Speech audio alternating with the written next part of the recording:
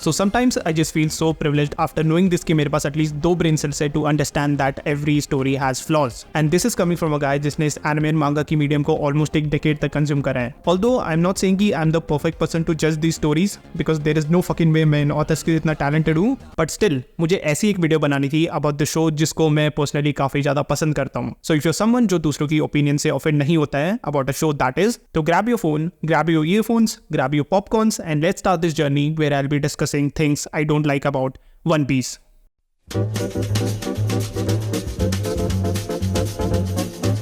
I don't like shonen protagonist, or at least most of them. And trust me, ये hate actually एक reasonable place से आ रहा है because most of the shonen protagonists are straight up generic or similar to each other. See, Luffy is literally the exact type of shonen protagonist that I hate. He's quirky, he's annoying, and most of the time वो unreasonably act करता है. It just feels like कि उसके पास सिर्फ 2 mood है. First being hungry, second being hungry and annoying. He just does the bare minimum जो कि एक shonen protagonist को करना चाहिए, which is being a genius when it comes to fights and being kind towards others. The type of shonen protagonist जो मुझे personally पसंद आते हैं are characters like Sakuragi from Slam Dunk or Ippo from Hajime no Ippo. This guy is someone जो एक traditional kind-hearted shonen protagonist से एकदम different है. He's someone who talks a lot of shit and he has the talent to back it up as well. जब वो बोलता है कि he is a genius, aka tensei, he actually is. Even though उसके पास necessary skills नहीं है to do slam dunk और 3 pointers, but he still believes कि वो ये चीज़ कर सकता है. And अगर वो basketball से middle school में introduce हुआ होता instead of being introduced in the high school, वो definitely इस पूरी series में one of the best basketball player होता. And this panel proves it. And then we have Ippo, जो कि स्टार्टिंग में एक traditional kind hearted main character जैसा लग सकता है, but he is definitely more than that. And this is coming from a guy जिसने हाजिमे नो इप्पो के सारे 1400+ चैप्टर्स पढ़े हैं. Yeah, I don't have a life.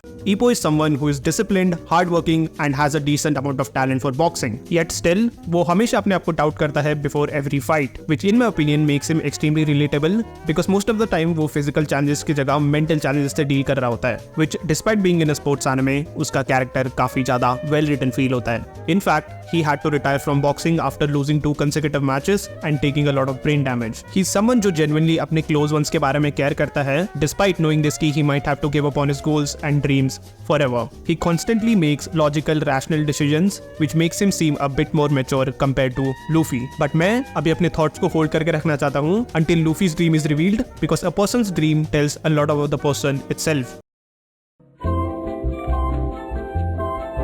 So I don't think मुझे इसके लिए कोई explanation देने की ज़रूरत है because this is a universal fact. This was the very particular reason जिसकी वजह से मैंने manga पे switch करा and it's been so good. Like it's the only manga along with Blue Box जो मैं weekly follow कर रहा हूँ. So if you're someone जो One Piece देख रहा है या फिर One Piece देखने का plan कर रहा है, just switch to the manga. It's way better and तुम्हारा time भी बचेगा.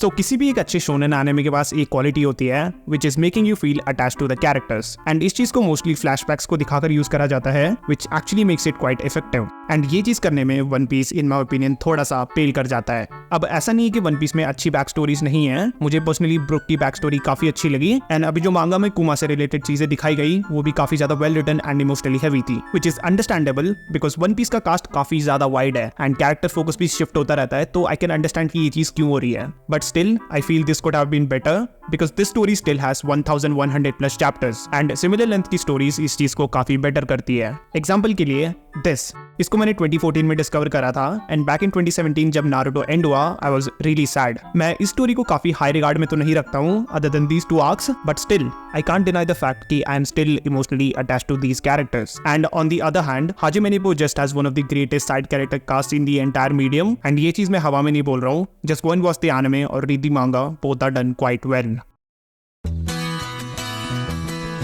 So I don't really know what to name this, but मैं इस चीज को डिस्क्राइब जरूर कर सकता हूँ. See, most of the time One Piece एक चीज करता है जहाँ पे वो एक सेट ऑफ इन्फॉर्मेशन को रिवील करता है about a thing, character or anything else. And normally हम एक्सपेक्ट करते हैं कि हमें आंसर्स मिलेंगे, right? But One Piece does the exact opposite thing and वो इन रिवील्स के साथ और क्वेश्चंस को रेज करता है. एग्जाम्पल के लिए in one of the recent chapters हमें गोरोसिस की पावर्स रिवील हुई. Well, exactly पावर्स रिवील तो नहीं हुई है, but we know कि how they look in their devil fruit forms. But at the same time हमें ये चीज भी नहीं पता है कि वो एक्चुअल एक्चुअल डेविल फ्रूट्स है या नहीं। लाइक अगर तुम थोड़ा भी वन पीस कम्युनिटी में एक्टिव हो और थ्योरीज वगैरह देखते हो तो तुम समझ रहे होगे कि मैं क्या बोलने की कोशिश कर रहा हूँ। But at the same time मैं इस चीज को पूरा खराब नहीं बोल रहा हूँ, इंस्टेड मैं इस चीज को अप्रिशिएट करता हूँ बिकॉज ये स्टोरी पिछले 25+ ईयर से चल रही है एंड हमें इस वर्ल्ड के बारे में ऑलमोस्ट ना के बराबर चीजें पता है, which is a living and breathing proof कि ओडा कितने अच्छे राइटर है। बट समटाइम्स ये चीज जस्ट थोड़ी सी अनोइंग लगती है। If someone dies, you can't have an enjoyable party. These were the exact words of Ichiro Oda जो उन्होंने 2018 में एक इंटरव्यू में बोले थे। And I do respect the sentiment, ठीक है, बट आई फील कि most of the time One Piece काफी ज्यादा सेफ खेलता है, which kind of ruins the experience for me. For example, this guy made a sacrifice by sacrificing himself, but out of nowhere वो वापस आ जाता है and वो भी unfazed, which was a really big letdown. And same goes for Igaram. Like robin उसकी पूरी ship उड़ा देती है एंड स्टिल वो अनफेज्ड वापस आ जाता है। ऑल्दो आगे जाके ये चीज थोड़ी सी फिक्स होती है specially in Wano, but still One Piece में हमेशा ये चीज मेरे को फील होती है कि इसमें स्टेक्स काफी लो है। बट दैट डजंट मीन कि you start killing of every single character. इस चीज का सबसे बड़ा ऑफेंडर जुजुत्सु काइसन है and I am not gonna explain why. But chainsaw man is something जो इस चीज को एक काफी बैलेंस्ड वे में करता है which doesn't really feel unnatural. मैं चेनसो मैन को लेके थोड़ा सा बायस्ड हूं because I genuinely love this story and every other thing made by Tatsuki Fujimoto, but still अगर मैं बायसनेस को हटा के थोड़ा सा बात करूं तो this story still handles character deaths very well and Chainsaw Man में स्टेक्स हमेशा हाई तो रहते ही है। And that was the video. See I know कि वन पीस में डेथ्स है बट वो मोस्टली स्टोरी को आगे बढ़ाने के लिए यूज करे जाते हैं, सो दैट्स वाई मैंने बोला कि वन पीस में स्टेक्स हमेशा लो फील होते हैं। But still don't make this video the reason to not watch One Piece because I think One Piece is a story जो सबको एक ना एक बार तो एक्सपीरियंस करनी चाहिए because it's too good to miss out.